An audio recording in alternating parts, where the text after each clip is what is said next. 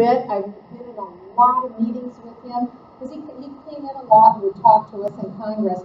I'd be very happy with President Carson. I'd be very happy with President Cruz. I'd be very happy with a lot of these guys or gals if they came in as president. But I don't know. I think he's going to have to prove himself, and boys, he did a bang up job doing it. What did you think about him saying that he would not want to listen for president? Well, I think that what Ben said is exactly 100% right. He asked a question, and he clarified it in subsequent discussions where he said, if a Muslim agrees with and believes in Sharia law, that disqualifies them from being president. Because Sharia law, by definition, puts itself above the United States Constitution. It demands that everyone in the country would have to follow Islamic Sharia law. We're America. We don't follow Islamic Sharia law. You can be in America. You can be a Muslim. You can practice your faith as much as you want, but you cannot put Islamic Sharia law above the Constitution and force any American to follow Islamic Sharia law. That's what Ben Carson said. Donald Trump. Donald Trump, I am so glad that he is in this race because he has totally mixed it up, especially for the establishment on the Republican side. That's only good because he has shaken it up. He's his own guy. Nobody owns him. He's not bought and paid for. He obviously says whatever comes into his head, and he's enough of a good thinker that he has the highest percentage of any Republican candidate of Democrats supporting him. He's got support from Hispanics. He's got support from women. I mean, very unusual segments of the electorate that normal Republicans don't always do well. Well, he's doing pretty well because he's not partisan. He's not out there being like this big Republican. He's out there being Donald Trump. And I think that people really find that refreshing because, again, at the end of the day, people really genuinely believe he loves this country and he wants it to do better. That's not so bad. That is not so bad. And so I'm more powerful. We're going to go to Q&A. Have I left any candidate out that you want to hear about? Bobby Jindal. Bobby Jindal is awesome. He's also I served with Bobby Jindal. He's just a great man. He's been willing to mix it up and really go after people on important positions.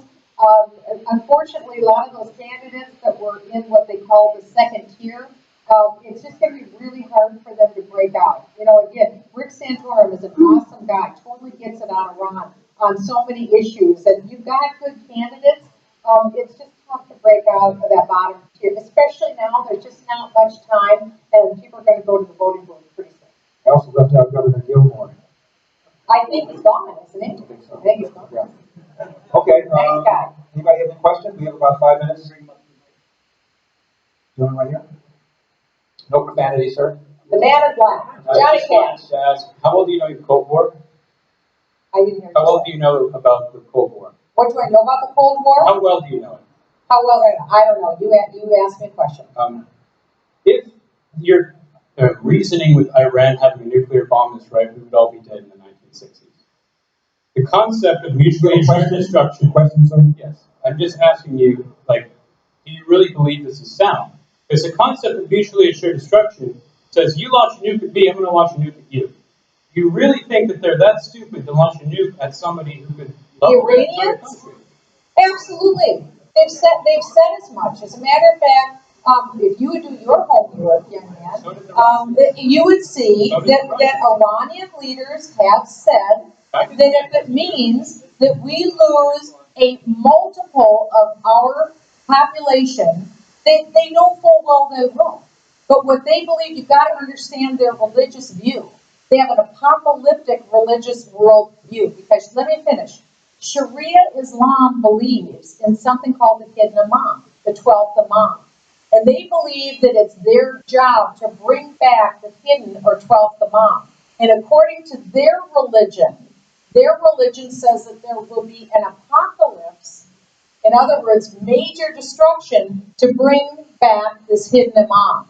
So they see that they are fulfilling part of their religion, and they are thinking about it from that perspective. That's why it's so important. Just like our President Thomas Jefferson had a Quran. He had a Quran for the purpose of understanding the mindset of the Barbary pirates. The Barbary pirates were attacking U.S. Merchant vessels, and so he had to defeat them from the halls of Montezuma to the shores of Tripoli. That's Libya. That was the Barbary pirates. He understood their religion. He figured it out. He defeated the Barbary pirates. That's what the United Kingdom Prime Minister David Cameron just chided our President Barack Obama for. He said, you need to understand that terrorism is about their ideology, what they believe. He said, Barack Obama, that's what it's about. It's about what they believe. And that's one thing that I've seen as a member of Congress, that political correctness is getting innocent people killed. And when we fail to understand what these people believe, then we lose. That's why you have to understand what was the mindset of former Soviet Russia. What's the mindset, because guess what, they're still communist. What's the mindset of communist China? You think that's funny? You think communism is funny? Okay. Communism has killed millions of innocent people. Okay, Thank you for your question. Okay, thank you for your question.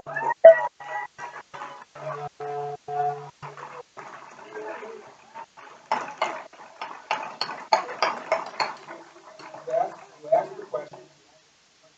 It's working the whole time that you answer. You give one to a customer. God bless you, bro. Under the Constitution, First Amendment to the Bill of Rights, freedom of religion, we in America, I think, have a real problem with religion. And I wonder if Islam should fall under protection of that. It seems like to be a sociopathy rather than religion. What your ideas on that? Well, Islam does fall under religion.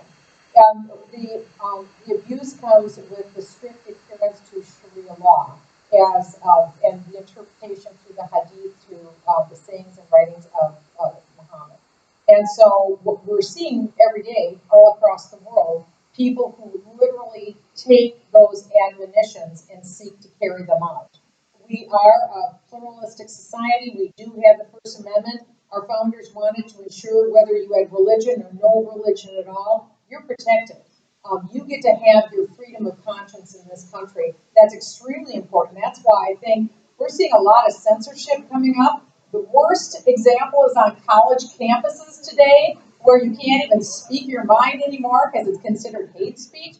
So I believe that the antidote to speech is more speech. So let people speak, but where you draw the line is on actions. One more. Yes. Sir, we're just doing one more. This is it. I was wondering what you think we should do about Saudi Arabia it's really intentional because I don't like you. That's why. Come on, grow up. I wanted to ask this for a long time. Yes. What do you think America should do about Saudi Arabia sponsoring anti-American terrorist groups? Well, clearly, I'm glad that you brought that up, because if you look at 911, the bulk of the individuals who are carrying out the attacks in the planes were Saudi Arabia. Exactly. A federal district court case came out and showed that Iran worked with those Saudi Arabian individuals together with Osama bin Laden. Iran actually ordered the flight simulators and had them in the desert so that the Saudis could come over. They helped to arrange for the visas so that the Saudis could come into the United States. And by the way, they came in legally in the United States, and they overstayed their visas.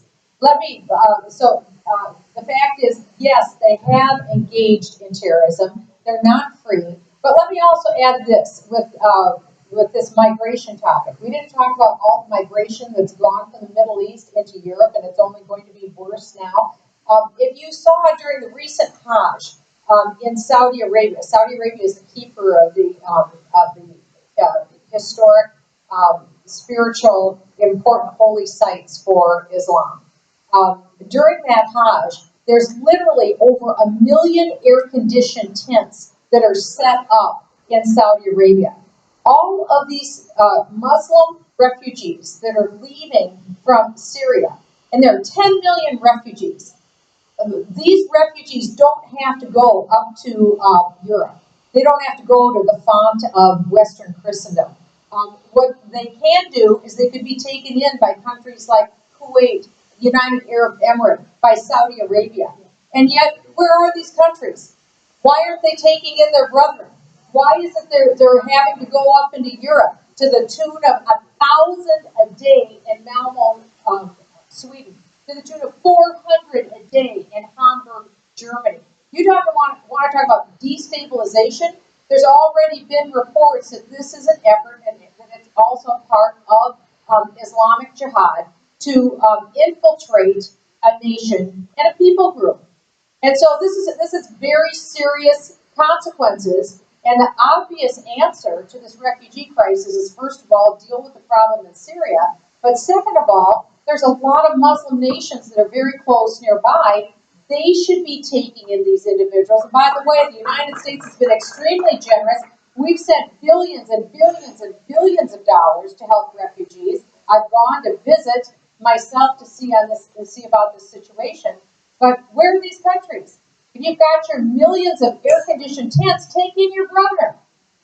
Take care of your brother. So you agree we should be a little stricter with Saudi Arabia? There's a whole lot of bad actors out there we should be stricter with. Yeah, I think I've made that clear. Michelle Bachmann, thank you very much. Are you welcome.